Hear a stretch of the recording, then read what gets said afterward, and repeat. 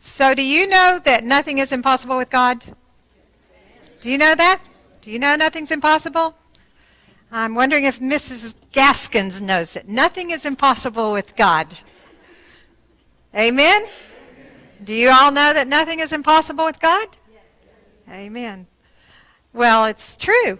And that's why we're here. We wouldn't even be here if it wasn't for that fact. So we thank you, Doug, for sharing the story, for learning it. It's good to learn a story. If you want to be a storyteller, you just let me know, and we'll work that out. Storytelling is a wonderful thing. It's a positive thing because it allows us to kind of be in the story. Doesn't it make a difference when it's told? You can kind of engage with it and imagine yourself. Imagine how you felt, and that's what we're going to do this morning. How did you feel? Would you feel if you were Mary or Peter or fast-running John? He just wanted in his book, the Gospel of John, to let you know that he outran Peter. It's just a boy thing. That's all I can say. But just imagine what they experienced. They went through that horrible death. They went through silent Saturday all day long. And then they wake up. But death is so final. It is, isn't it? And don't we miss those who are gone? We've experienced that in this congregation. We've experienced the finality of those losses, and it's just hard to overcome. And sometimes loss is blinding. And when something difficult happens, it really affects us, and it kind of colors the way we see the rest of life. And yet when it comes to Jesus, I mean, they're thinking and feeling that way, and yet there's some hope there, right? Or they wouldn't have raced out there. And even though they did not understand this unexpected turn of events, they still went out to the tomb, and it's that way with Jesus even now, isn't it? When you have things that disappoint you, you still kind of come back. You still pray. You still look for the Lord. You still kind of have your eyes opened even when we can't see it, even when things are really bad. So, a couple of days had passed. Things had been really, really bad, but something drove them inside. Mary, Peter, and John. So they went out to the tomb, and Mary went first. And she saw that the stone was removed and that the body was gone. Now, do you ever make assumptions when you see things? She kind of made an assumption by the evidence that she saw. Well, maybe not so much. She saw the evidence, the body's gone, so she made the assumption it's been stolen. She assumed bad news. She didn't investigate. She didn't look. She didn't do anything. She said it's stolen. The bad guys are still winning. It was bad, and it's still bad. Once I had a roommate, and the roommate moved out, and something that I had that was really valuable to me was gone. I think it was, at that time, some kind of album. They used to have these ancient things called albums. I think it was like a Beatles or something. It was gone, and I just knew she had taken it because she liked, I don't remember who it was, but she liked whatever it was that was missing, that person. And I just assumed she just took it until a few weeks later when I found it where it shouldn't have been because it wasn't put away where it should have been. Or you may have a job and you go to work and this person is kind of mean to you or looks mean at you. And then later you get in trouble and something goes wrong at work and you're just sure that person is responsible. Right? And you assume things. I mean, these are natural things, and that's happened to me before, and you make a false assumption. So Mary's thinking that they have been here, and they have taken that body, and their bad intentions are prevailing. And so the powers that be, are still winning, and it's all bad, right? Because she's colored in her eye, in her sight, by the death. She's assumed by what she saw that it had gone bad for Jesus. Because it had already gone bad for Jesus. So it's going to go bad no matter what. Do you ever do that? It's going to go bad no matter what. It went from bad to worse. The body was stolen. He would never be remembered now. In that closed book. And so she was thinking of all these negative things. Now I'm sure you guys aren't like that at all. Only me and Mary. Mary had sat at Jesus' feet. She had listened to all of his teaching, but she couldn't overcome what she had seen. And so the two guys were searching too. And they just need a reason to go out. And even if they were looking for a dead body, they were going to go out there anyway. So they looked in the tomb and they saw stuff. They saw the linens. Mary looked in too, and she saw the linens. She saw the headpiece. They saw the headpiece. And the heavy stone moved away and no body. What does this mean? What does this mean? This was all supernatural. This was not natural. They could see the stuff, but they didn't understand what it meant that there was no body there. So the two men returned to their homes. But Mary stuck around. And so Mary's standing outside the tomb. So let's read the rest of that particular story. Mary was standing outside the tomb crying, and as she wept, she stooped down and she looked in, and she saw two white-robed angels, one sitting at the head of where Jesus had been laid, one sitting at the foot of the place where the body of Jesus had been lying. "Dear woman, why are you crying?" the angel asked her. "Because they have taken away my Lord, and I don't know where they have put him." Now, doesn't that seem a little odd? I mean, we've heard this years and years and years, so maybe you don't hear the oddness of two angels talking to her, all dressed out in white, and she's just having a conversation like this is an everyday occurrence. And there they are. They're angels, and maybe people saw angels in AD 33. And that you just had casual conversations with them? I don't know. Doesn't seem like it to me. It seems odd. So do you get on a roll and you're just thinking, you're on that roll, you're just thinking it's going bad. And in that case, you get stuck. You get stuck by your perception of the evidence. So we heard Dub tell the story. The men had come in the tomb. They saw the linens, and the cloth that had covered Jesus' head was either folded up or rolled up, sitting to the side. It was neat. Okay, the rest was messy. That was neat and the rest was messy. That was a clue. That was a clue that we should be picking up on. First of all, thieves do not fold or roll or neatly lay aside headpieces of somebody they are stealing. In fact, they probably wouldn't even take the sheet off of him, because who wants to touch a dead body? Leave it wrapped up. Let's just get out of here. Right? It doesn't make sense, does it? The other interesting thing is that Jesus was in the habit of giving clues, in the habit of giving positive words about what was coming or what to do. And so if they had thought a little bit and thought about who Jesus was, they might have thought of that. Like, for instance, once it was April 15th, tax day. And Jesus said, "Should we pay our taxes, Peter? I'm the king's son. I shouldn't have to pay taxes." And Peter said, "No, you shouldn't have to pay taxes." And then he said, "Well, let's don't offend. Let's pay our taxes. So go fishing. The first fish you catch, open its mouth, and there will be a coin inside." Now, wouldn't it be great to take this literally? Only I'm a bad fisherman. Anyway, that's not in my sermon. I should never get off point. So he did that, and the coin was there. He paid the taxes with that coin.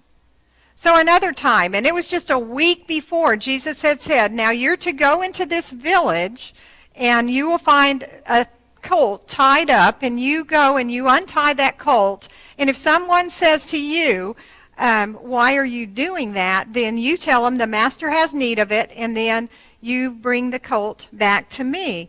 And so they did. They did exactly what the Lord said, and they found the colt tied near the door. As they were untying it, some bystanders said, what are you doing untying that colt? And they told him what Jesus had said, and they let him take the colt. Because Jesus had said in advance how it was going to be, and it was exactly that way. So then he was teaching his disciples, the Son of Man is to be betrayed into human hands, and they will kill him, and 3 days after he is killed, he will rise again. That's what he said. It sounded like an idle tale we heard. Another time, they were told by an angel, he's going ahead into Galilee, and he'll meet you there. When you get there, he'll be there. And this is my message to you.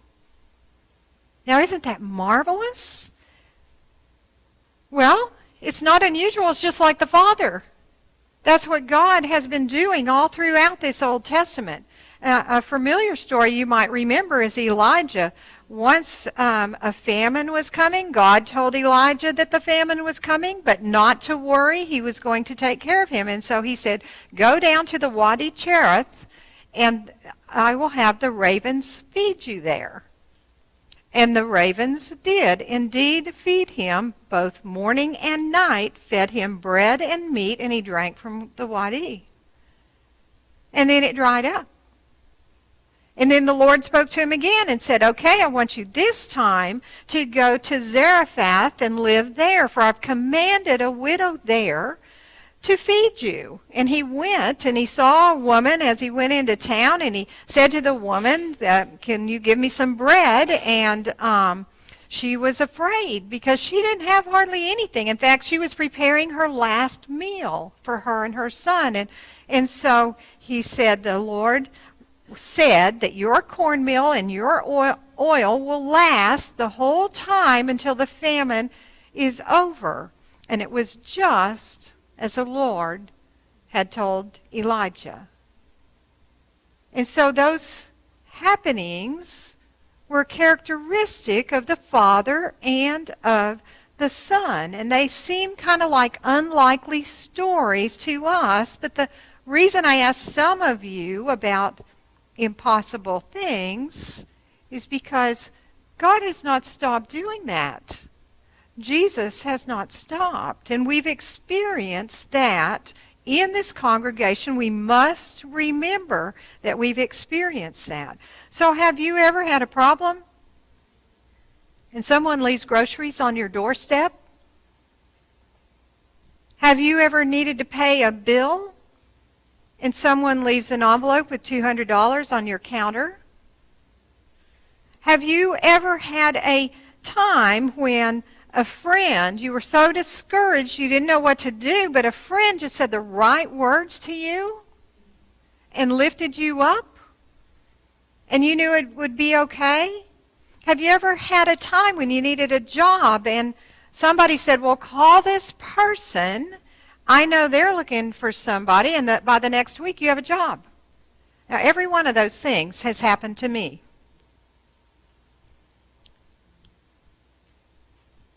And all those things should build my faith. Perhaps a folded head napkin sent the message. I was not stolen.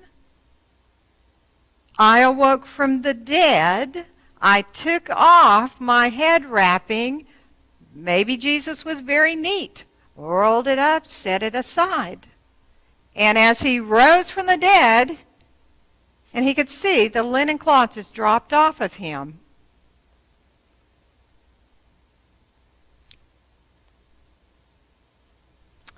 Mary turned to leave the tomb and saw someone standing there. It was Jesus, but she didn't recognize him. "Dear woman, why are you crying? Who are you looking for?" She thought he was the gardener. "Sir, if you have taken him away, tell me where you have put him, and I will go and get him." Are you like her this morning? You can't see Jesus in the midst of life, in the midst of your problems, or is there something that's happened that prevents you from seeing him? Have you been so disappointed that it just colors everything and you can't quite have faith? She was blinded to her only hope. Jesus was her only hope. His presence and his promises are standing right there in front of her. Think of some promises she probably heard while sitting at his feet. What about the one that says, "If you follow me, you will know the truth and you will be set free"? And she was indeed set free. I think you said that. "With me, you will have life and you will have it abundantly." That's another thing that she probably heard him say. "I am the good shepherd. I know my own, and my own know me." Why do you worry about what you will eat and what you will drink and what you will wear? Your Father knows that you need all of these things. These are things that they had heard him say. "After 3 days I will rise again." He probably said that a dozen times to them. Do we lack the confidence in him and in his word that doesn't translate all the way through to the resurrection? All the way through, because if one is true, they're all true. So grief and disappointment hinder our lives, and we need to lay them down. Lay them down. So let's picture it. Jesus rose early sometime that morning. Before he arrived, he's standing outside the tomb in the garden. And here they come. The disciples and the women, they're so focused on his death that they come running and they miss the angels and they see the thing. They look in the tomb. They miss the body. And there he stood watching them running back and forth. Let's go home. Let's tell somebody. Let's come back. Let's go home. And he's just watching. I would have been laughing myself. He probably was. They were scared. They were crying. They were fearful of thieves. They were missing the angels, missing him. And Jesus says, "Mary, Mary," because he knew if he didn't reach out to her, it wasn't going to happen. So he made the move. And not only did he make the move to her, but he made the move to one after the other after the other. And so let's read on. "She turned to him and cried out, 'Rabboni,' which is Hebrew for teacher. 'Don't cling to me,' Jesus said, 'for I haven't yet ascended to the Father, but go find my brothers and tell them that I am ascending to my Father and your Father, to my God and your God,' because he's brought us together with the Father through his resurrection. And Mary Magdalene found the disciples, and she told them, 'I have seen the Lord.' Then she gave them his message." So there's our faith that's so broken, but then there's the unbroken, the unspoiled, the generous, the vibrant, the gracious faith of Jesus Christ that is going to make it happen for them. He comes to us in our hour of need. He speaks to us. He speaks to each of the women. He speaks to their friends, revealing himself, continuing to be their good shepherd who knows their names. He knows your name and your name, and is going to hold you and lift you up, not to leave you or forsake you. Only one, the beloved disciple, saw and believed the headcloth and the linens, who's the very first witness to believe. But Jesus would say later to Thomas, there's lots of people who are going to not see me, but they're going to believe.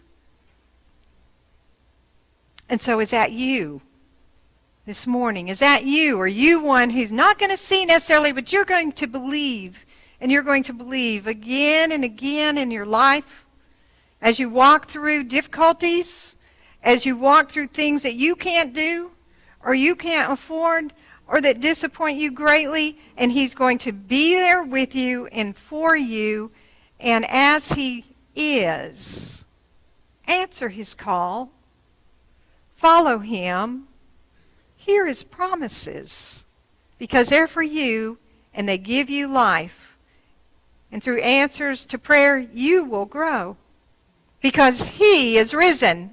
He is risen indeed. Amen.